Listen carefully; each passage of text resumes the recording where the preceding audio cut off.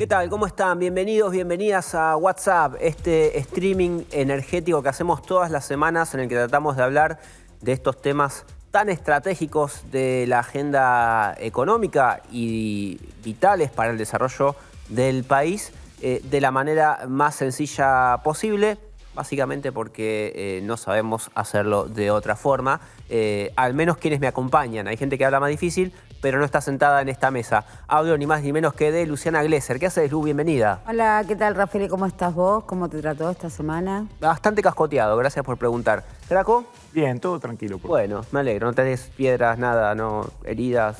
¿Por qué? No sé, qué sé yo. No, por ahora no. Bueno, me alegro mucho. ¿Ustedes hablaron para venir los dos de negro y me dejaron afuera, no? Sí. Sí. De hecho, era un código de Me ética. gusta hacer el patito blanco. Era un código de Una ética. vez en mi vida. Deberíamos cambiar, así estamos negro, blanco, negro y quedamos un poquito más sincronizados. Pero tienen el grupo paralelo, eso está confirmado. Tenemos un grupo que se llama WhatsApp sin Glesser y ahí tiramos de Arreglamos todo el tema de la y etiqueta. tratamos de hacerte sentir mal. Me llegaron rumores. Nos pasamos tweets de Pablo Quirno, por ejemplo, del secretario de Finanzas, con quien tenés Es muy amigo un mío, lindo así que intercambio. esa relación no la van a poder romper. Yo sé que hay mucha gente trabajando para que yo me pelee con Quirno, pero realmente nos tenemos un cariño inmenso y eso no va a suceder a pesar de sus deseos. Le mandamos un gran cariño al secretario de Finanzas. Que estamos con él, decirle Estamos con sobre él todo que siempre. Estamos con él Draco siempre. y yo estamos con vos, Pablo. Esto ya es una cuestión de género. Hay una hermandad que nos agrupa contra esta de acá. Bueno, les paso las vías de comunicación. Tenemos distintas redes sociales. Tenemos un mail en el cual recibimos sus hermosos comentarios, que es streamwhatsapp@gmail.com, y también estamos en WhatsApp Stream, tanto en X como en Instagram, como en YouTube, donde por supuesto nos pueden ver, seguir, darle like y comentar. Y también de manera muy reciente en TikTok, donde somos un éxito. A pesar de que ninguno de nosotros entiende qué corno pasa ahí, pero nos dicen que va todo de la mejor manera. Ni estamos, pero estamos triunfando ahí. Así que les agradecemos por ese impulso que nos dan en la red china. Y hablando de China, mirá, vamos a las noticias de la semana y la primera tiene que ver justamente con esta tregua que acordaron por 90 días Estados Unidos y China para retrotraer toda la escalada arancelaria que hubo desde aquellos principios de abril, con el Liberation Day de Donald Trump. Empezaron a carajearse con aranceles, llegaron a subir cada uno recíprocamente más del 100-130%. Bueno, se juntaron, dijeron paremos esto, retrotrajeron. Creo que China dejó un arancel de 10% y Estados Unidos uno de 30%. Después hay algunas especificaciones. Sigue habiendo disputa por algo de lo que vamos a hablar en próximas emisiones, que son los minerales críticos y algunas cuestiones más que forman parte de una agenda geopolítica muy interesante. Pero lo relevante para nosotros es que esto dio vuelta esa caída muy abrupta que había en los mercados financieros, y que también dio vuelta a la caída muy abrupta que venía ocurriendo con el precio internacional del crudo. La semana pasada hablamos de esto, hablamos de que la referencia a Brent, el crudo Brent de Londres, que es la referencia para nuestro petróleo, venía cayendo mucho, venía coqueteando con los $60, que se pensaba que eso era un piso. Después de este anuncio, bueno, subió casi 10% y llegó a los $66 por barril de nuevo. Lo que es una buena noticia para la Argentina productora y exportadora, porque precios más bajos del barril de crudo hubieran implicado, o podrían implicar, si esto se vuelve a dar vuelta, una menor balanza comercial energética de unos $800 millones, que en un país tan necesitado de generar dólares por su balanza comercial, bueno, la hubiera puesto en un brete adicional al que ya estamos, ¿sí? Estamos en un momento en el cual cada dólar cuenta. Es muy importante en ese sentido la agenda energética. Esa agenda energética necesita un precio relativamente sostenido del barril de crudo, que es este que ustedes estaban viendo recién en pantalla, que estaba mucho mejor que el que había la semana pasada, cuando, como nosotros hacemos buen periodismo, llevamos un escenario catástrofe. ¿Sí? Se va toda la goma, $60 el barril, nos vamos a caer, nos vamos a hundir el mapa, nadie va a venir a Vaca Muerta y nos vamos a morir. Bueno, eso finalmente no va a pasar, vamos a seguir vivos al menos hasta la semana que viene. O puede pasar que también, porque lo que está mostrando es un alto grado de volatilidad, con lo cual no sabemos si la semana que viene volvemos al escenario de catástrofe o somos multimillonarios nuevamente con Vaca Muerta, ¿no? Totalmente. Me parece que ese es el punto a destacar o la oportunidad que nos da de marcar esto, la volatilidad que tiene el precio del petróleo, su cotización internacional. Y cómo está atado a un montón de sucesos que nos exceden y de los cuales dependemos. Pero vamos ahora a algo mucho más nuestro, mucho más territorial, también estratégico, pero de la agenda doméstica, y que es una primicia exclusiva de Luciana Glesser. De WhatsApp Stream. Sí, bueno, pero de acá, de la de Blanco. Que tiene que ver con el gasoducto anteriormente conocido como Néstor Kirchner y ahora llamado Perito Moreno. Así es, podríamos llevar una bitácora del día a día del abandono que tiene el caño, un caño que le permite ahorrar a la Argentina 3.000 millones de dólares por mes y que beneficia al usuario final, el beneficiario final son las petroleras de Vaca Muerta que justamente capitalizan el transporte. El gasoducto tenía, además de la obra troncal, que fue la construcción del caño, tenía 2 obras complementarias que el gobierno anterior no finalizó. Fueron inauguradas por este gobierno, son las plantas compresoras que permiten aumentar la capacidad de transporte del caño, una en Tratayén y la otra en Saliqueló, punta y punta del gasoducto. La de Tratayén funciona perfectamente, la de Saliqueló no se terminó. ¿Saliqueló o Buenos Aires? Saliqueló, provincia de Buenos Aires, es el tramo de finalización, ¿no? La boca final. Lo que permite traer el gas de Vaca Muerta a los hogares e importar menos gas. Tratayén, Patagonia, que lo trae hacia el centro de la Argentina cruzando por La Pampa, porque ahí también vamos a marcar que en un tramo que cruza la provincia de La Pampa, en una estación de medición que fue afectada por el temporal que azotó a toda la provincia, por supuesto, pero en ese caso derrumbó como una estructura de hormigón y no se hicieron las tareas de mantenimiento, con lo cual esa estación de medición sigue inundada. Pero más allá de esto, la novedad que tenemos de hoy es que la empresa adjudicataria que debía completar justamente la obra de la planta compresora en Saliqueló, le envió una nota a Enarsa, que es justamente la dueña del caño, ¿no? La estatal de energía eléctrica, un caño que se financió con la guita de todos, con impuestos, la pagó el Estado. Sí.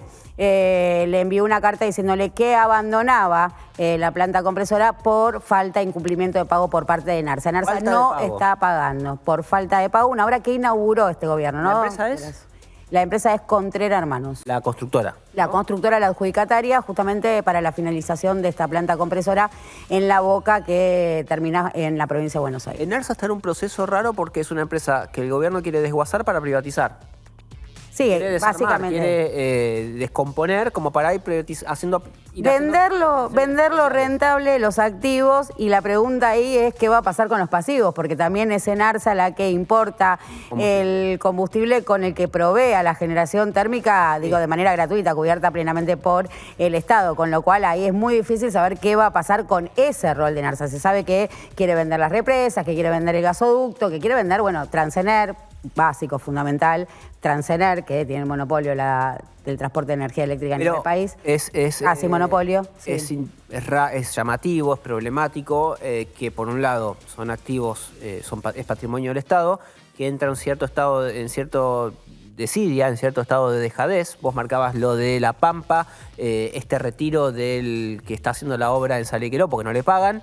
Renunció el gerente de operación y mantenimiento de la compañía la semana pasada y es una muestra más, un indicio más, ¿no?, del estado de vaciamiento, digo esto. Y un estado de vaciamiento en una empresa clave para garantizar el abastecimiento de combustible puertas adentro. Acá ya no estamos hablando de exportación, estamos hablando de que no te falte gas en tu comercio, en tu fábrica o en tu hogar. Y además que si el gobierno la quiere privatizar y la va dejando ahí, ese activo vale menos después. Porque hay que hacerle más cosas. Por supuesto. Y vamos a recordar cómo surge esta empresa estatal de energía, porque es el precedente a la recuperación del 51% del paquete accionario de YPF. Es el primer intento por desmantelar lo que había sido la política privatizadora de la década del 90, y esa fue la misión, la primera misión que tuvo, estaba en el espíritu y en la naturaleza de la conformación de esta empresa, justamente esto, ¿no? La soberanía. Después se dieron cuenta que no, por ahí no podían. Entonces fueron por la estatización. Por YPF. Claro. Sí. Bueno, sí, nunca terminó de ser una YPF, una nueva No, YPF. por supuesto, no. No, básicamente se dedicaba a importar combustible. Sí. Su principal función era cubrir el déficit energético. Exacto. Pero bueno, después fue creciendo. Hizo un caño que le permite hoy 3.000 millones de dólares, el ahorro de 3.000 millones de dólares y sobre todo esto, ¿no? Lo que es los ojos testigos del Estado en segmentos tan críticos como es el transporte de energía eléctrica y la realización de las obras, digo, en este sentido, ser socio de Transener, ¿no? Me parece que también ahí cumple un rol clave la compañía. Está bien, pero ponele que el gobierno quiera sacar al Estado del medio, ¿no? Lo podemos discutir, lo que quieras, pero es una política pública decir, mira, acá el Estado no tiene nada que hacer, esto se tiene que resolver entre privados. Ahora, si vos tenés activos de gestión estatal, lo elemental que tenés que hacer es mantenerlos, sobre todo si hay un servicio muy importante que depende de eso. Claro, lo que pasa es que para... Bueno, vendelo, concesionarlo, qué sé yo. Entiendo tu lógica, Rafael, para correr al Estado tiene que existir un Estado, porque si no, no tenés Estado para correr también. Entonces, pero correr se va a de la mejor producir, manera, claro. o sea, que salga con la frente en alto el Estado, no por la puerta de atrás y rompiendo todo. Para eso tiene que existir. Porque el topo del Estado lo que termina haciendo es malvendiendo cosas. Eventualmente, si lo que gestiona en ARSA está hecho pelota, vale menos. Y bueno, no es esa la idea. Es que no debiera hacerla. Bueno, pero digo, depende del lugar en el que lo mires, ¿no? Si vos lo mirás desde el Estado, es mejor vender a buen precio. Si vos lo mirás del que quiere comprar, es mejor que salga más barato. Claro, yo lo estoy mirando no hay del lado del Estado, claro, pero no hay Pero me parece que no todos lo miran claro, desde el no hay Estado desde donde mirarlo según estos funcionarios, ¿entendés? La Esa cuestión es lógica, esa. no está esa mirada. No lo miran con ojo del No Estado, existe el sino Estado. que lo miran con el ojo de que lo puede comprar, ¿no? Me parece que puede llegar a pasar por ahí también. Bueno, cosas que pasan. Más cosas pasan y le voy a seguir dando la pelota a Luciana Glesser porque ayer fue martes, hoy es miércoles. Estamos ya terminando el miércoles, nosotros grabamos un poquito antes, pero ayer ocurrió la convención anual del Instituto de Ejecutivos de Finanzas, un lugar donde van funcionarios, políticos, empresarios, y uno de los empresarios que fue Marcelo Álvarez de la Barrick, y no alcanza con el RIGI. Así lo dijo explícitamente, fue textual y literal. ¿Crees que lo escuchemos? Dale. Con el RIGI no alcanza. Todavía hoy el cobre se desarrolla a 5.000 metros de altura. La inversión en Argentina es mucho más compleja que hacerla en Chile. Bueno, cortito y al pie, Álvarez, ¿sí? No alcanza con el RIGI. No solo dijo que no alcanza con el RIGI, sino que, por ejemplo, refiriéndose a la explotación cupífera, dijo, Argentina necesita tanto recorrido en el know-how, de las herramientas, que va a seguir siempre siendo más competitivo Chile y va a atraer a las inversiones. Esto es muy interesante, con el RIGI no alcanza y sobre todo con los bombos y platillos, con el ruido que hizo el anuncio de Looming la semana anterior, si mal no recuerdo. Muchos dicen que ya había hecho este anuncio de la fenomenal reserva de cobre que tiene la Argentina en San Juan. Ahí también esto tiene que ver con los yacimientos de Filosol, si no me equivoco, y José María, ¿digo bien? Sí. Filo del Sol y José María. Filo del Sol y José María. Pero quiero contar algo, porque ¿sabían que las exportaciones mineras no están pagando derechos de exportación? Retenciones. No pagan retenciones. La Barrick exporta oro de la Argentina y no está pagando nada por esas exportaciones porque las alicuotas de los derechos de exportación mineros se establecen por decretos y estos decretos, digo, te lo tengo súper chequeado, este decreto cayó en diciembre cuando salió el gobierno de Alberto Fernández y hay un vacío legal, como no se prorrogó la implementación de esa alicuota, no se fija la alicuota, esto le permite a las empresas mineras hoy no estar pagando derechos de exportación sobre minerales. Si no entiendo mal, está exceptuado el litio no es un commodity, no tiene cotización internacional, por eso corre en un carril paralelo, pero sí al resto de la producción del sector. Bueno, qué bien por ellos, ¿no? Que no pagan retenciones, es otro debate. Tenemos ahí la presión que hay sobre todo en el sector agropecuario para bajar las retenciones, y la minería calladita se llevó su premio. Bueno, creo que dimos un panorama bastante cerradito sobre las noticias de la semana. No, por suerte no pasó nada grave, ¿no? Porque veníamos de semanas bastante complicadas. Es primavera, ¿no vieron que es una primavera? Lo que Sí, estamos en una bajemos la primavera voz. multicausal. Disfrutemos un poquitito que la tensa calma, se acordó todo en China y Estados Unidos, no se rompió nada, lo único, bueno, abandonar una obra del gasoducto Néstor Kirchner, pero para el invierno falta mucho, así que cuando tengamos frío nos vamos a acordar de estas cosas, esperemos que no. Dicho esto, vamos a presentarles el primer informe que preparó nuestra producción para este programa. Tiene que ver con medidores de luz inteligentes. ¿Qué significa esto?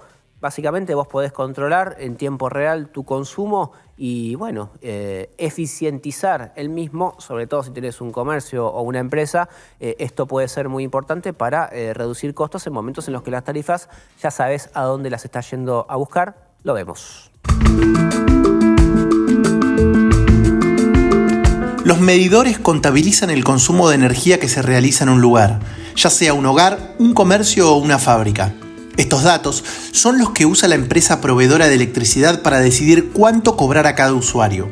La gran ventaja de los medidores inteligentes es que, a diferencia de los medidores analógicos tradicionales, recopilan estos datos de forma remota y en tiempo real.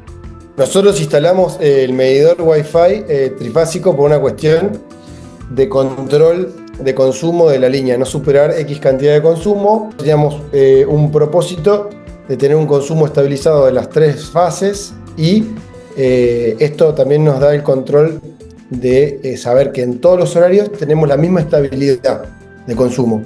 Y eso nos genera un consumo balanceado que nos repercute directamente en la tarifa. Estos medidores brindan los datos del consumo tanto a la empresa como a los usuarios. De esta forma, los usuarios se aseguran una facturación más precisa basada en el consumo real. Nosotros lo tenemos conectado a una aplicación que se llama Smart Life y desde ahí nosotros somos 5 los usuarios que tenemos el acceso a esa aplicación para controlarla, y desde ahí medimos tanto el consumo de la cooperativa de energía que nos factura para saber si el consumo es real o exacto o tiene un consumo relativo y después ajusta por periodo. Este sistema además detecta fallas como el robo de electricidad o malos funcionamientos en el servicio, lo que permite que las compañías eléctricas puedan identificar y responder rápidamente a cortes de energía o anomalías, mejorando la calidad del servicio. También permite que los usuarios estén más protegidos ante estos posibles problemas. Pensamos por un tema de monitoreo. No creo que el fin último sea bajar el consumo, sino el tema de no tener algún perjuicio económico por quemar algún aparato o calentar una fase o algún riesgo de alta tensión. En definitiva, la clave es el acceso a esta información, permitiendo a las empresas distribuidoras realizar un seguimiento del servicio y monitorear el consumo del suministro.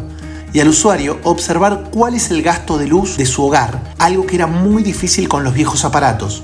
Tuvo un costo aproximado en marzo de 230.000 pesos, 240.000 pesos. Si nosotros lo llevamos a dólares, nos salió $200 y nosotros estamos controlando salas de un porcentaje altísimo, y eso nos da una tranquilidad a nosotros de decir, bueno, tenemos resguardado, o por lo menos tenemos esa información que antes no la teníamos. Los medidores inteligentes presentan una oportunidad fundamental para modernizar la gestión de energía en el país, porque brindan beneficios que son realmente significativos en términos de eficiencia, costo y sostenibilidad, tanto para las empresas proveedoras como para los usuarios.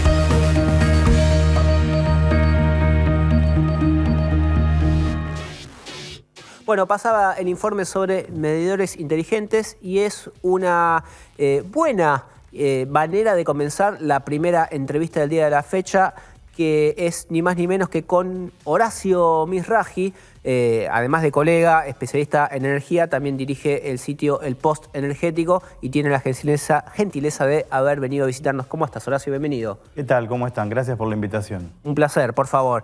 Medidores inteligentes, ¿te parece que es hacia donde debería ir un poco la gestión de la energía eléctrica también desde los usuarios? Porque siempre se habla de esto de, bueno, todo bien con las tarifas y qué sé yo, pero tenemos que tender a políticas de mejor calidad de consumo, ¿no? ¿Es una manera, es una herramienta? Sí, totalmente. Esto ya existe, bueno, en muchos países europeos, por ejemplo, en España, que la gente va chequeando y va siguiendo en tiempo real su consumo e incluso hay distintas tarifas de acuerdo al horario. ¿Se acuerdan que hubo una confusión con el exsecretario de Energía el año pasado? Porque esto en España efectivamente... Que creía que estaba vigente acá. Claro, creía que estaba vigente acá para los usuarios residenciales y acá está, pero no para la gente en sus casas. Es algo totalmente... Que lavamos la ropa a la noche. Exactamente. Que en realidad, en términos del sistema, es totalmente razonable porque el costo es más alto cuando hay más consumo porque ingresan máquinas que tienen una remuneración más alta. En general, de madrugada se usa energía de base, que es la energía hidroeléctrica. Volviendo al tema de los medidores inteligentes, acá hubo algunas iniciativas y algunas ideas. Lo que pasa es que para que esto prospere, nunca se terminó de saldar quién asume el costo, ¿no? Porque alguien tiene que pagar el medidor, no sé en el informe pero yo tengo algo de que eran 100, 150 dólares por medidor. Entonces siempre el escollo termina siendo, bueno, si lo pagan los usuarios, bueno, los usuarios no están contentos de pagarlo y las empresas tampoco hasta ahora lo han financiado. Creo que hay una experiencia en Córdoba que ya está vigente. Pero bueno, es muy importante, es hacia donde debería ir, sobre todo para hacer un uso más eficiente de la energía. Sí. ¿Y alguna alternativa del tipo que lo pague el usuario, pero con algún programa de incentivos o alguna herramienta? Vos estuviste muchos años en la gestión pública, digamos, habrás escuchado de distintas maneras de hacer que el usuario se haga cargo de algo que, bueno, complica hacerlo. Estoy pensando en los programas de eficiencia energética, por ejemplo, cuando hacías cuotas para cambiar la heladera, el calefactor en el caso del gas, lo que fuere, digamos, siempre tenés ahí una participación de...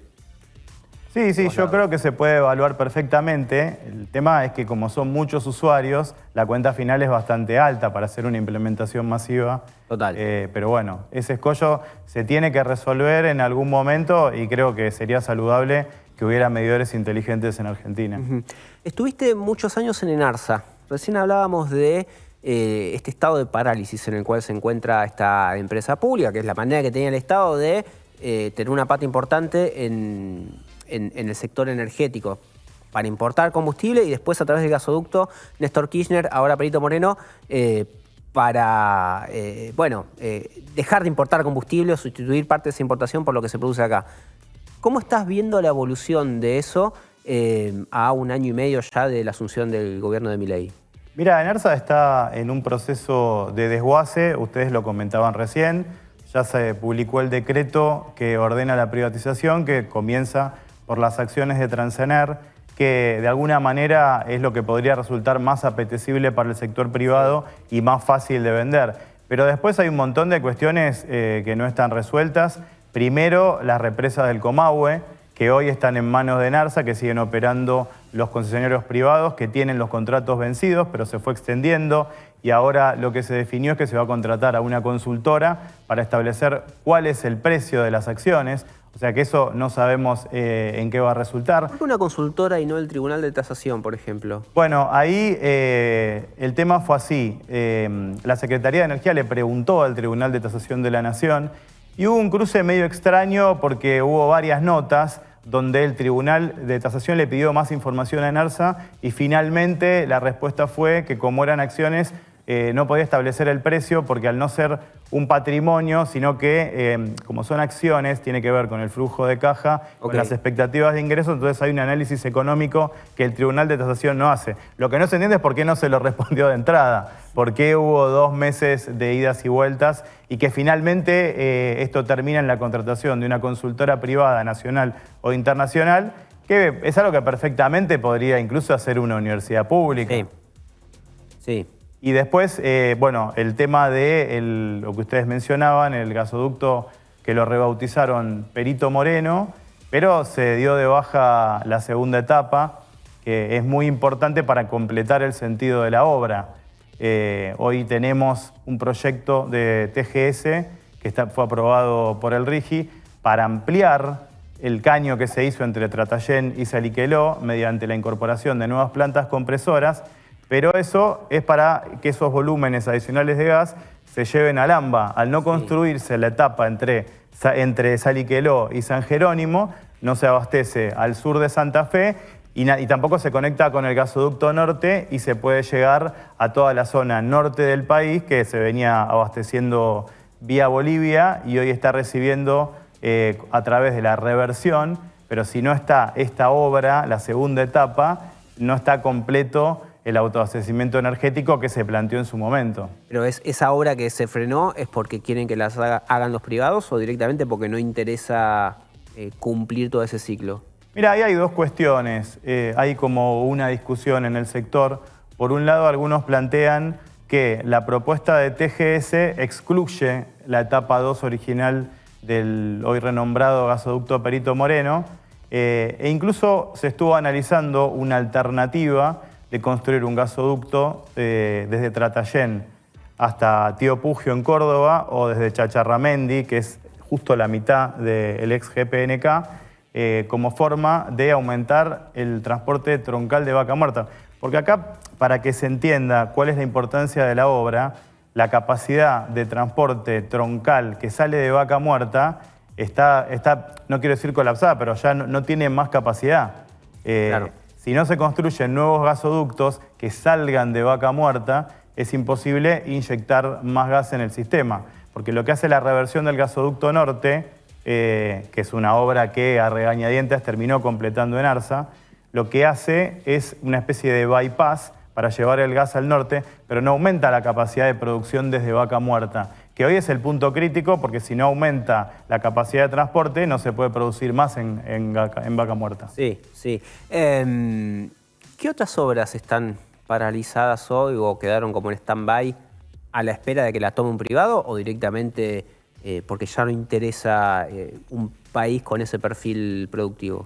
Yo creo que más allá del perfil productivo, estamos en una etapa de transición, venimos de una gestión, incluso durante el macrismo esto siguió siendo de esta manera, donde el Estado tenía un rol central en la planificación, por ahí no tanto en la financiación, pero sí buscaba tener incidencia en la planificación de las obras, es decir, en tomar las decisiones de qué obras se tienen que hacer. Hoy esto no está, el ex secretario de Energía en una de sus visitas al Congreso para defender la ley de bases, dijo con claridad que las empresas están mucho mejor capacitadas para definir la traza de una obra o la ubicación de una obra que un funcionario en un escritorio. Entonces, todo lo que el sistema demanda para seguir funcionando no se está haciendo. Estoy hablando, por ejemplo, en lo que es alta tensión, el plan AMBA 1, que tenía financiamiento chino, y es fundamental porque si no, no se puede traer más energía eléctrica a la zona del AMBA, porque las líneas actuales están colapsadas y lo único que hay es lo que se llama la generación local, que es Central Puerto, Costanera, Dock Sud. Entonces, esta obra es fundamental. En un momento se había planteado hacerla a través de un estampillado, que era la propuesta de Transener, que la paguen los usuarios, y bueno, eso quedó fulminado con los últimos cambios en Camesa que ustedes también fueron reflejando. Y a nivel generación tampoco hay obras. El Terconf se dio de baja, entonces no se están incorporando nuevos megavatios. Está la licitación de las baterías, ¿no? Sí, pero tampoco prosperó la licitación de las baterías. Bueno, no sé, habían dicho que en un plazo, creo que a 60 días, tenían que publicar los pliegos, o sea, creo que está dentro del plazo todavía. Sí, está bien, es una solución que puede ser interesante y es novedosa, pero no hay obras estructurales en el sistema. El sector nuclear, bueno, se está haciendo la extensión de vida de Atucha 1, que había empezado de antes, pero no hay una idea de ir llevando adelante las obras que el sistema demanda para poder continuar funcionando. Estamos como en un impasse hasta esperar que prosperen proyectos del RIGI, que vengan inversiones privadas y en el medio, bueno, va a venir otro verano y van a faltar megavatios y van a faltar líneas de transporte. Hay como una disparidad de agendas, ¿no? Porque hay un gobierno que está muy focalizado, un gobierno y los privados, muy focalizados en lo que sea exportación, entonces proyecto de GNL, duplicar la capacidad de exportación de petróleo. Incluso podemos ubicar ahí esta idea que tiene el gobierno, que lleva adelante Demian Reidel. No sé si lleva adelante es el término apropiado, que esbozó Demian Reidel, que son estos reactores modulares para aumentar la producción de energía nuclear.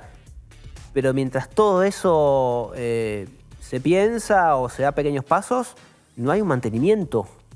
Exactamente, porque los proyectos que están en marcha, como vos bien decís, tienen el destino de exportación, el de Southern Energy para exportar GNL, el Vaca Muerta Sur. Estamos hablando de proyectos muy importantes que tienen algún avance y que seguramente se van a ir concretando, pero no se está pensando en el abastecimiento interno. Eso, en todo caso, lo que resuelve es el problema de divisas de la Argentina, pero no el abastecimiento energético.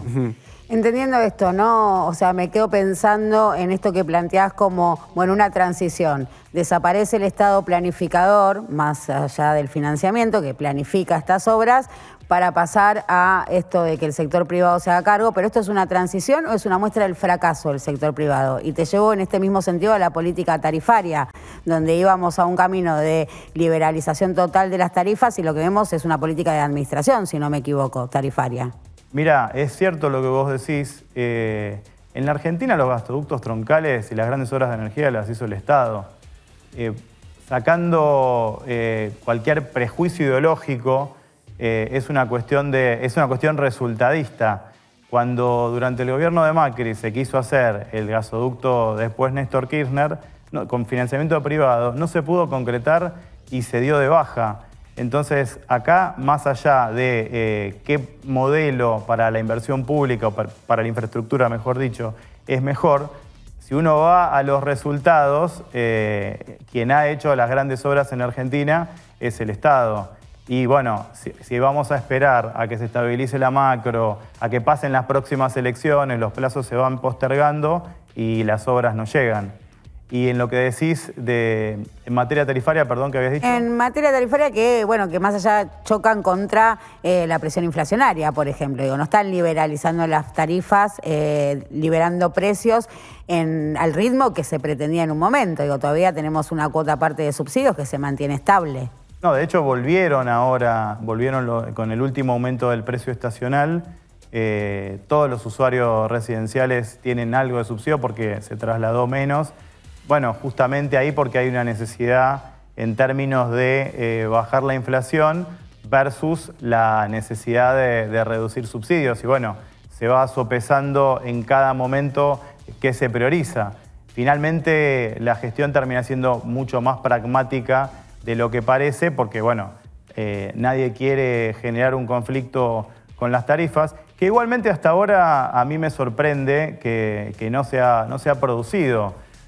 No hay grandes reclamos, a pesar de que el aumento de tarifas fue muy fuerte. Habría que pensar, yo creo que cada uno va a tener su hipótesis de por qué ocurre esto, pero lo cierto es que en otro momento cada suba de tarifas iba acompañada de sistemática oposición política, mediática, amparos judiciales, y en este contexto eso no se produce. Creo que tiene que ver con una ruptura general del orden, donde esto evidentemente es un elemento más, porque tampoco genera mucha indignación otras cuestiones en otros ámbitos, ¿no? Total. Tuviste muchísimos años en la gestión pública, la viviste desde adentro, cosas que nosotros desde afuera veíamos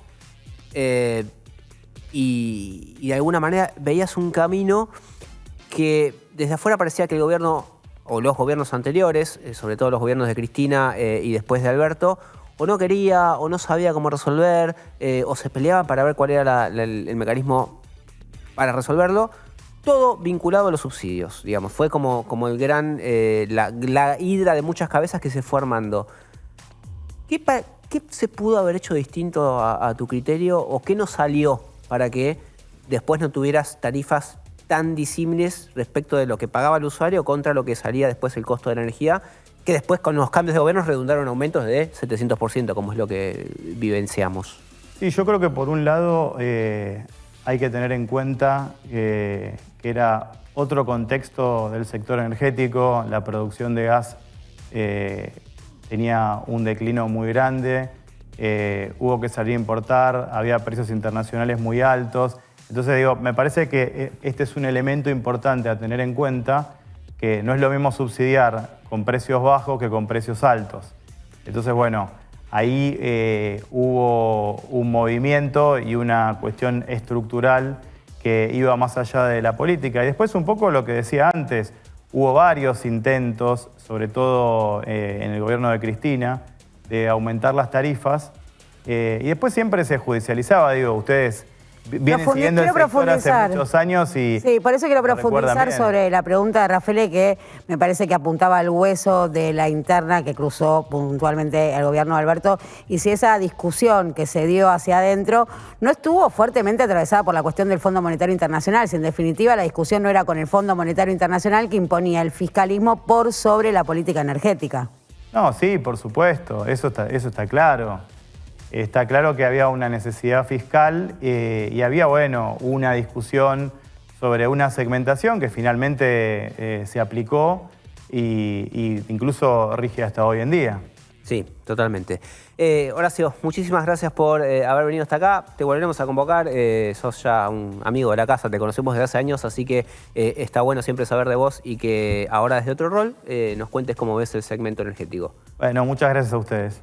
Nosotros seguimos acá con WhatsApp. Hubo una novedad de último momento, o casi de último momento. Hoy amanecimos con una nueva suba en el precio de la nafta. A principios de mes, ustedes saben, YPF anunció una baja del 4% en el precio de los combustibles por la baja internacional del crudo y la estabilidad o cierta estabilidad cambiaria luego de la apertura del cepo.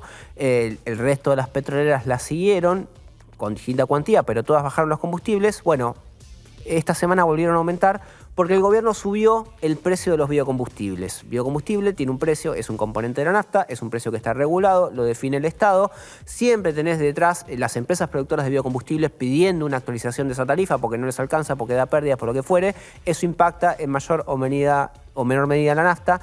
Hay una puja ahí en la cual nos vamos a meter entre las petroleras y el sector tanto de bioetanol, que va a las naftas, como biodiesel, en base a la soja.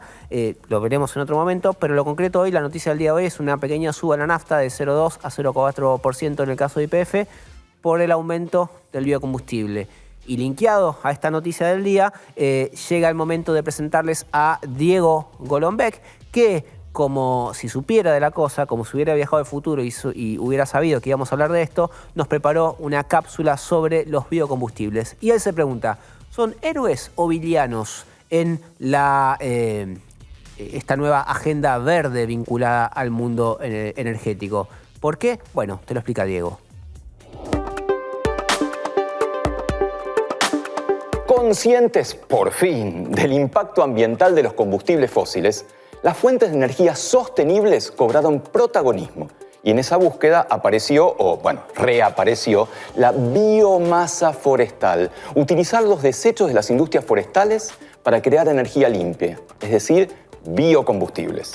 La primera sensación fue como meter la mano en el bolsillo de una campera de no se usa hace mucho y encontrar plata, porque este modelo permite darle una segunda vida a un recurso que antes no se aprovechaba. Incluso los residuos forestales se quemaban sin control y eso generaba problemas de calidad del aire en la zona. Pero ojo, porque como decía mi abuela, el camino al infierno está lleno de buenas intenciones. No lo decía mucho, pero hace de cuenta que lo decía. Y si nos descuidamos, podríamos dar otro paso en falso y terminar con un planeta pelado. Yo sé de esto. Vamos a explorar este prometedor y a veces confuso mundo de los biocombustibles y su relación con la deforestación. ¿Y por qué es verde el uso de biocombustibles? Porque, a diferencia de los combustibles fósiles, el bioetanol que obtenemos de plantas absorbe dióxido de carbono durante su crecimiento. Así que cuando lo quemamos, el impacto neto en las emisiones es menor. Al final del día, lo que soltamos en el aire es lo que las plantas ya habían atrapado. Hasta acá todo divino, pero y acá viene la parte crítica. Si en la carrera por producir y vender biocombustibles se pasan por alto una serie de criterios de sostenibilidad, estamos al horno. Cuando dicen que los biocombustibles generan menos emisiones de gases de efecto invernadero que los combustibles fósiles, no vale contar solo las emisiones liberadas durante la combustión, sino que también hay que contar las emisiones liberadas durante su producción. Por ejemplo, el biodiesel procedente del aceite de palma emite el triple que el diésel de origen fósil, seguido por el biodiesel procedente de la soja. Algunos países, como Francia, Austria y Dinamarca, ya decidieron no utilizar ni producir biocombustibles que provengan de estas fuentes críticas. Otro punto que hay que cuidar es lo que se conoce como ILUC, Así le dicen al cambio indirecto de uso del suelo por sus siglas en inglés, Indirect Land Use Change, ILUC. Es decir, que agarren un hermoso bosque o un humedal lleno de vida silvestre y los talen para convertirlos en tierras cultivables. Esta deforestación desmedida, además de amenazar la biodiversidad, disminuye la capacidad natural de los ecosistemas para absorber carbono. O sea, es salir de Guatemala para entrar en Guatepeor. Entonces dirán ustedes, ¿en qué quedamos? ¿Es bueno o es malo? Para despejar dudas, aclaremos. Es una excelente oportunidad para movernos sin dejar una estela de humo contaminante en el camino, siempre y cuando no nos engolosinemos con esto y terminemos desequilibrando el sub y baja donde se balancean la producción de biocombustible y la sostenibilidad, que es lo que todos queremos. Muy interesante lo que nos contaba Diego sobre estas idas y vueltas vinculadas a los biocombustibles, algo que siempre suele estar asociado a algo amigable con el ambiente y a veces no es tan así. No es tan así, hay que equilibrar. Lo que sí es amigable con el ambiente y es un proyecto que teníamos muchas ganas de compartir con ustedes, tiene que ver con un tren solar que utiliza baterías de litio y carga energía solar y que está ubicado en Jujuy, recorre la quebrada de Humahuaca. Y para hablar de este proyecto estamos en comunicación con el gerente operativo del Tren Solar de Jujuy. Hablo de Emiliano Rodríguez, quien está del otro lado de la línea. Emiliano, muchas gracias por atendernos. Bienvenido a WhatsApp. ¿Cómo estás? ¿Qué tal, Esteban? Muchas gracias por recibirme. Tengo un poco de retorno en lo que me mareé acá, pero muy bien, todo tranquilo, feliz de poder compartir el proyecto con ustedes después de la gran gestión de luz también, así que muchas gracias. Bueno, nosotros te escuchamos perfecto, así que vamos a tratar de llevar adelante la conversación mientras nuestros compañeros del otro lado que están manejando los controles tratan de mejorarte el retorno. Lo primero que te quiero preguntar es... ¿cuál es el recorrido? Yo recién decía que atraviesa la quebrada de Humahuaca. Imagino, por lo tanto, que es un tren relativamente turístico. ¿Y por qué se les ocurre esta iniciativa del tren solar? Bueno, mira, sí, la quebrada de Humahuaca la recorren un 50% casi, porque ha desarrollado el 50% del tramo del proyecto turístico. Ok. Actualmente la base operativa está en Volcán, que está a casi 2.100 metros de altura, y recorre 42 kilómetros hasta llegar a Tilcara. Pasa por Tumbaya, por Humamarca y Maimará. Son las tres localidades que recorre y recientemente inauguramos un apeadero que es en Costa de Hornillos, que estuvo Lavalle en su época, y hay un museo ahí, entonces agregamos una parada. Y esto corresponde a los primeros 42 kilómetros de traza, que luego se amplía hasta Humahuaca, que son otros 42 kilómetros, que pasaría por Huacalera, Uquía y Humahuaca. Ok. Son tres paradas más. ¿Y esta es una inversión de la provincia de Jujuy? Esta inversión es un compromiso de la provincia y la ha financiado íntegramente la provincia. Y como me preguntabas al principio, es un tren meramente turístico. Okay. No tiene fines de transporte en sí, porque la idea es el fomento de la región como cultura, porque estamos hablando de un patrimonio de la humanidad. Estaba viendo las imágenes del tren, ¿tiene los paneles solares arriba de los vagones? ¿Es así? Ahí no. Tiene, me pareció. ¿Cómo es entonces el sistema? Ustedes tienen los paneles que cargan las baterías. Es un tren que funciona a batería, podemos decir. Lo que tiene una de las distinciones que tiene este tren es que arriba, como se puede ver ahí en el video, ahí están los paquetes de batería. Tiene dos paquetes de batería. Claro, son las baterías. Que se pueden reemplazar también por catenarias. Uh-huh. Entonces es un tren eléctrico que está impulsado por baterías de litio. Y una de las mejores cosas que tiene este tipo de tren, que es único en el mundo, está en el único lugar que funciona actualmente, hay una reducción de costes de infraestructura gigante, una reducción de contaminación gigante también, porque no tenés que construir toda una estructura electrificada a lo largo de la traza, simplemente la autonomía de la batería. ¿Y de cuánto fue el Y la carga es eléctrica, pero sí. La provincia de Jujuy hoy creo que en Argentina está posicionada como la provincia más verde en cuanto a generación de energía limpia, porque actualmente Jujuy genera mucho más energía de lo que consume a través del Parque Solar Cauchari. Cauchari tuvo ampliaciones inclusive que actualmente se están desarrollando y generan hoy por hoy 300 megahora. Entonces Jujuy consume mucho menos que eso. Entonces por eso el tren solar es solar, porque proviene de la energía generada del parque solar que hay. Energía solar que proviene del parque solar y que carga las baterías de litio, con lo cual haces todo el complejo, todo el recorrido, digamos, de energía limpia. Exacto. ¿Y qué? Independientemente, los cargadores están conectados a la línea de red, que es lo que alimenta el cargador y por ende vos cargas la batería. ¿Qué inversión demandó hacer este tren? Entiendo que vos recién decías, un programa por etapas. Y a ver, es una inversión que se hizo con distintos fondos de la provincia, que han atacado algunos a la compra del material rodante, otro a la construcción de las estaciones, a la construcción de viviendas, que tuvimos que relocalizar mucha gente que estaba sobre la traza, y luego la primera hora de infraestructura de la vía. Inclusive uno de los atractivos que le da la traza es que hicimos un túnel, disculpa. En Tumbaya Grande, después de 30 años que el tren no funcionaba, es una línea que estaba muerta y la rehabilitamos, una línea histórica que es el ferrocarril Belgrano Ramal C. Todo el material que fue bajando a lo largo de los años en el arroyo de Tumbaya Grande empezó a levantar el nivel, y cuando fuimos a hacer la obra nos dimos cuenta que había 6 metros de diferencia de donde el agua bajaba hasta la línea de la vía. Entonces hicimos un túnel que dentro de la experiencia turística que vendemos es algo que queda muy lindo, porque de la nada venís con todo lo impresionante del paisaje que se ve de la quebrada, entras en un túnel y volvés a salir ilumina, porque todo el tiempo que vos estás dentro del túnel está siendo oscuro. Inclusive apagamos las luces del tren para darle más oscuridad y que salís y te vuelve a ver los cerros de la quebrada. Entonces es una de las partes que se ha hecho. Te hago 2 consultas. Una, ¿de quién es el tren? Y otra, si da pérdida o ganancia. Definir como quién es el tren. ¿De quién es? ¿De quién es? ¿Es estatal? ¿Es de accionistas privados? Es estatal. ¿Y arroja pérdidas o ganancias? Actualmente está dando un saldo bastante equitativo, sobre todo si se toman las medidas de beneficios directos que se generan en cada localidad.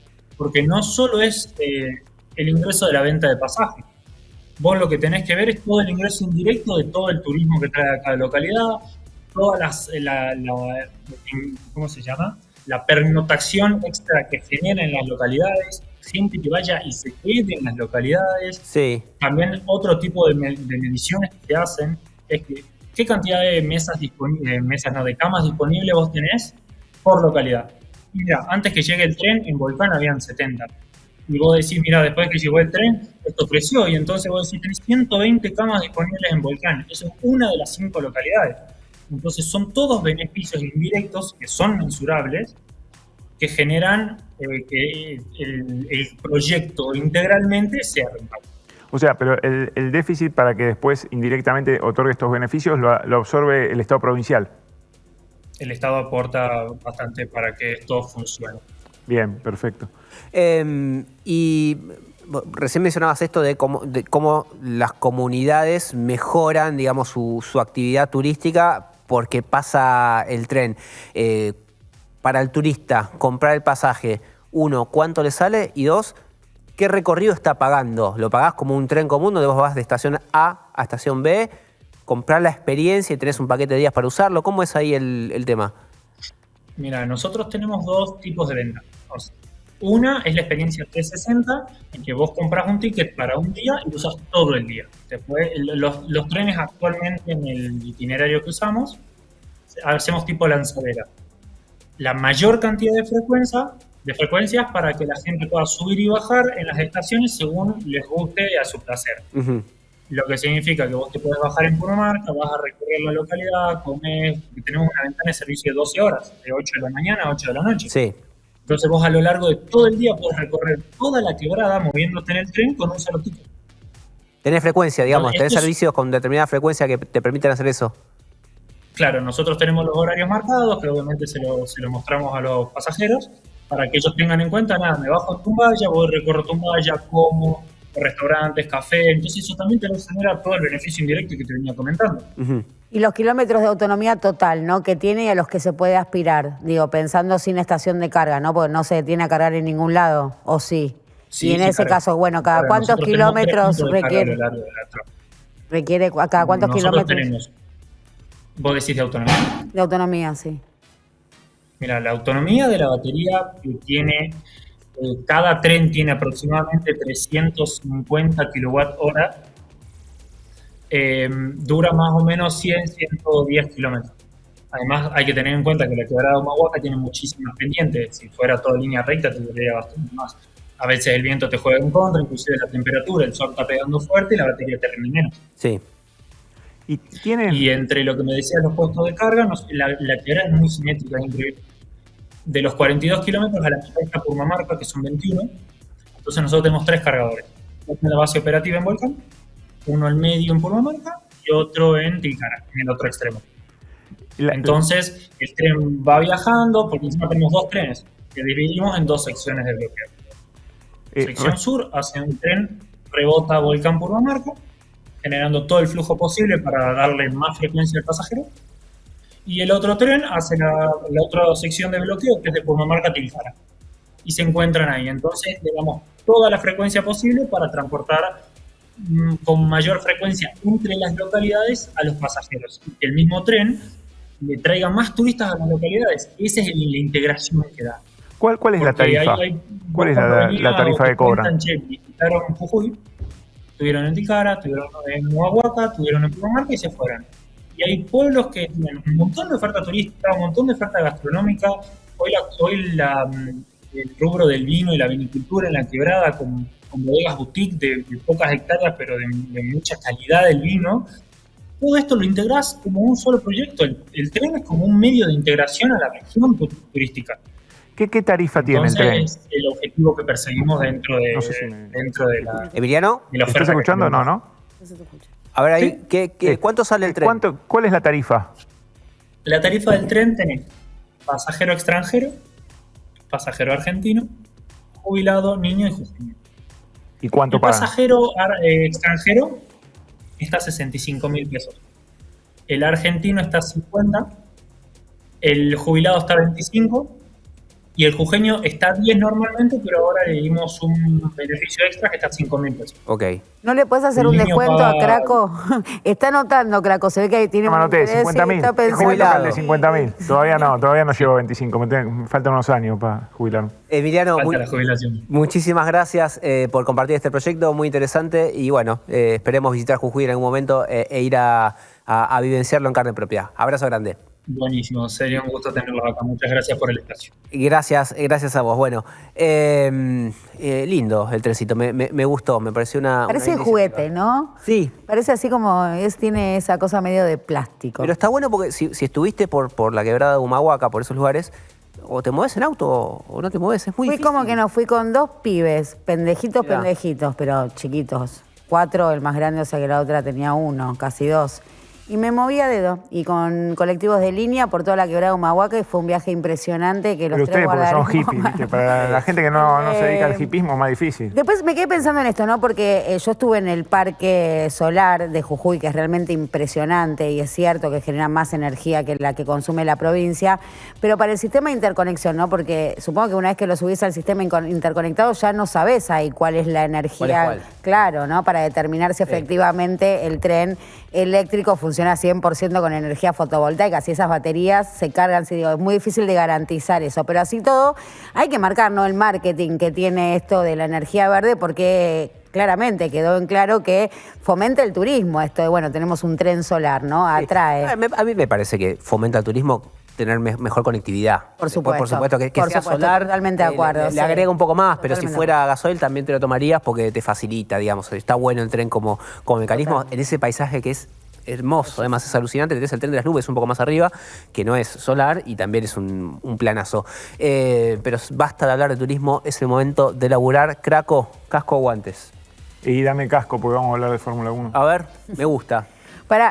¿Viste lo que hizo, no? Con sus juguetitos. Sí, hizo lo reventó, puso el tanque. Mostrá, no se ve, Craco, no se ve. las creaciones. No sé si lo Ahí toco. está, mirá qué lindo. Está el camioncito dado vuelta y arriba el tanque de Exactamente. aceite, el tanquecito de aceite. Bueno, Escultor. labura, amigo. Bien, vamos a hablar entonces de Colapinto. ¿Te parece? Estamos todos subidos a la Franconeta. Viste que debuta en la Fórmula 1 este domingo. Vuelve a Fórmula 1 a Imola, sí. Exactamente. No sabía. ¿Quién lo anticipó? Notición. ¿Quién lo anticipó? Vos. No. Olé puso primicia de Olé en la tapa, pero no fue Olé tampoco. Horacio Marín fue. Horacio Marín, con Eduardo Feynman. Sí, se le escapó, lo Se tiró. escapó y dijo que debutaba en Imola. Después quiso desdecirse, pero bueno, los hechos confirmaron lo que había anticipado. Ese es el autito, mirá qué lindo. Exactamente, ese No es sé el auto eso. que va a correr Colapinto. Esa es la marca. Ahí vemos la marca de Eni, que es uno de los auspiciantes de la escudería de Alpine. Y lo que quiere YPF, a través de Colapinto y a través de su nuevo socio Eni, con el que firmó un acuerdo para producir GNL, es tratar de llegar a la Fórmula 1. ¿Por qué? Porque hasta ahora es uno de los principales auspiciantes YPF de Colapinto. Claro. Pero no auspicia en la Fórmula 1. O sea, no auspicia ni el casco, ni el traje, ni el chasis. Y ahí es donde quiere llegar y quiere ver si uno de los auspiciantes que firmó hace poco, en febrero, un acuerdo con Alpine, con la francesa, digo, con Peugeot, puede facilitarle esa negociación. A ver, no vos es fácil tenés- igual. Eni es la empresa italiana Sí. que firmó el acuerdo con YPF para 2 de los 6 buques de GNL. Exacto. Que son los 2 buques que terminaron de enterrar definitivamente la planta que nunca pasó de proyecto.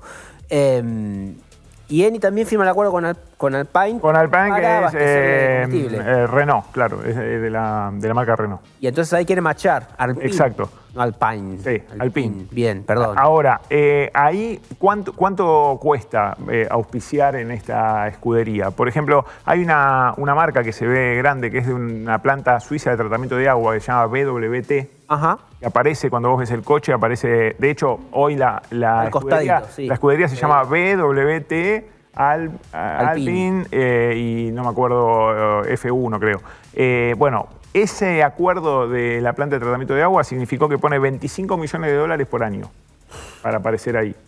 Ahora, si vos querés, por ejemplo, aparecer en el casco, entre 250.000 y un millón de dólares.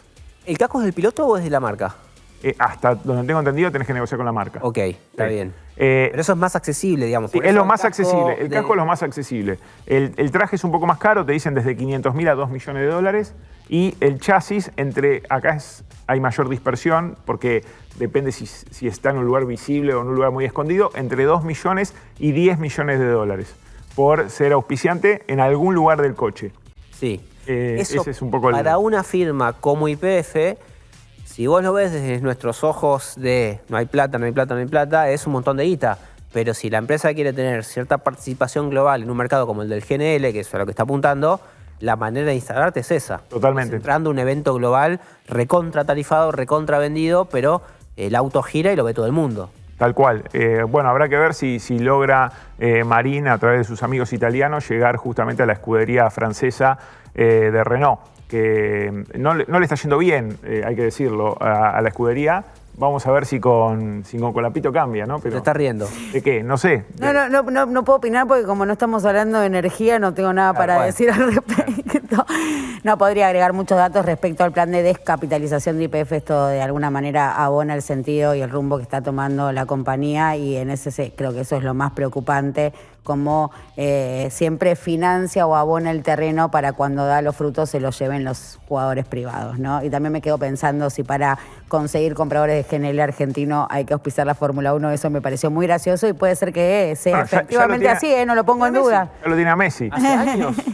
Y es la cara global, Messi de YPF también. Así Puede tenemos ser, un montón de gente es cierto ávida que por el GNL argentino. Es cierto que puede ser discutible si hace falta tener a Messi, pero bueno, lo cierto es que lo tiene desde el gobierno anterior, ¿no? Total, sí, sí, Tenía Santiago Carreras. Bueno, deja de reírte y laburá. Guantes. Mirá, guantes te tocan.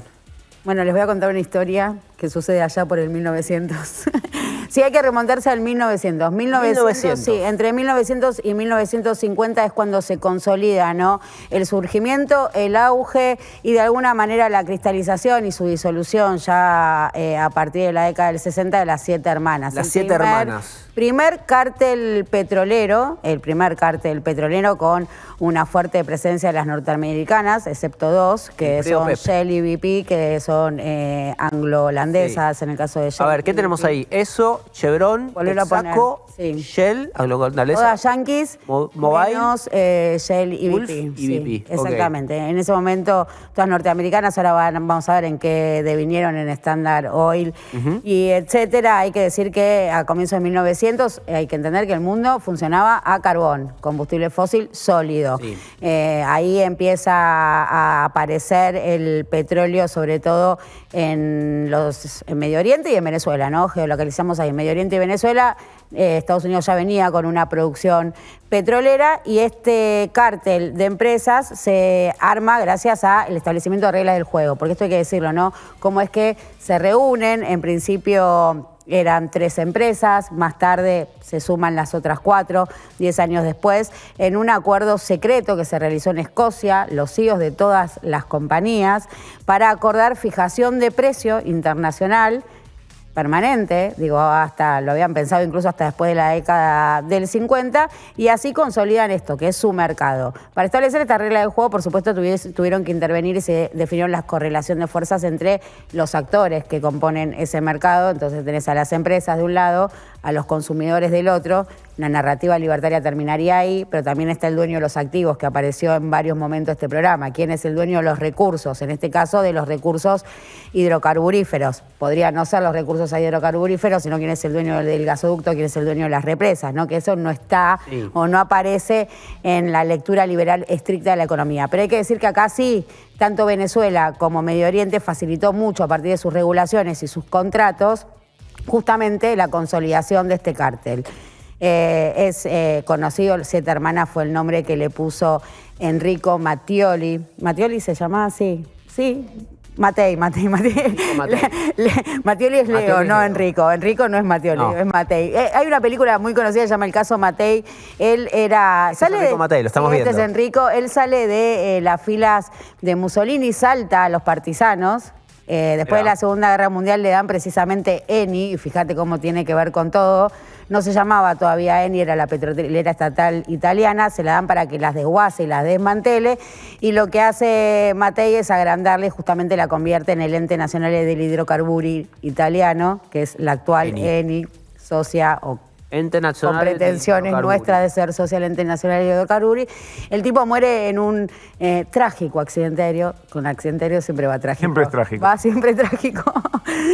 Trágico accidente aéreo, del cual es un misterio, y en eso se basa la película. Es un personaje para indagar, para dejarlo para otro momento. ¿Y cómo se relaciona el señor Enrico? Él fue el que le puso las 7 hermanas y que cuenta la historia de esta reunión secreta que se realizó en Escocia hacia la década del 30, con las primeras 3 hermanas, que es norteamericanas todo, y después entran las inglesas. Esta historia de la consolidación del cártel petrolero termina y encuentra un límite con la configuración de la OPEP, cuando aparece la OPEP, que es el fuerte contrapeso, y ahí también aparece un cambio en esto que definimos como la relación de fuerzas entre los actores que componen el mercado, ¿no? Las empresas, la demanda y los dueños del recurso, no importa si es un Estado o la figura del dueño del recurso, más allá del Estado en sí. Y apareció OPEP diciendo... Y apareció OPEP alterando, claro, y fíjate que esas 7 hermanas originales, cómo devienen ahora, si vemos ahora cómo queda configurado el mapa. Este ya es el mapa petrolero de justamente los jugadores más importantes. Ahora lo vamos a ver. Que dominan hoy, cómo aparece ya la figura de los estados en la principal petrolera mundial, que es, no lo tenemos ahí, es ahora AMCO. Está viendo, sí. AMCO, sí. Ya está la Saudi Aramco. cancha la máquina, acá lo tenemos. Saudi Aramco, ahí lo tenemos, son las principales, y bueno, eso es lo que quería marcar, era cómo empieza a aparecer el fuerte componente estatal, porque Aramco es la petrolera saudí de bandera. ¿Qué nombre de licor? Las 7 empresas. 7 hermanas. Las 7 hermanos no son Las 7 hermanas eran 3, hay quienes hablan de 5, la definición de 7 era de Enrico Matei. Bueno, interesante. Ahora, tengo que agradecer porque esto viene, por supuesto, con un apoyo, esta intervención. Un apoyo. Patrocinador. Con un apoyo. 8 hermanos. Sí, la UBA becada. Sí, financia la beca de la UBA, no lo aprendí, y son textos muy interesantes que quiero recomendar, de Víctor Bravo, un investigador de Bariloche, que justamente recoge toda la historia de cómo se configura el mapa petrolero mundial. Y Jesús Contreras Mora forman parte de la bibliografía del posgrado que estoy haciendo. Bárbaro. A mí me parece, o hizo sinergia con el trabajo práctico. Sí, hizo 2 por 1. Es algo de eso ahí, Ya rendí. No, este es el control de lectura. Estoy cumpliendo con el control de bueno, lectura. me alegro mucho. Espero que te sirva y que después des el examen y aprobemos. Y aprobemos todos. Gente, ha sido todo por hoy. Hemos dado todo lo que teníamos. Hemos hablado de energías renovables, de no renovables, de Fórmula 1, de obras que no se hacen y hasta de las 7 hermanas hicimos historia. Mira, no te podés quejar. Pasamos por todos lados. Muchas gracias, Glesser. Ha sido un lujazo, ¿eh? Y gracias, Craco. No, de nada. Gracias a ustedes por estar del otro lado. Síganos.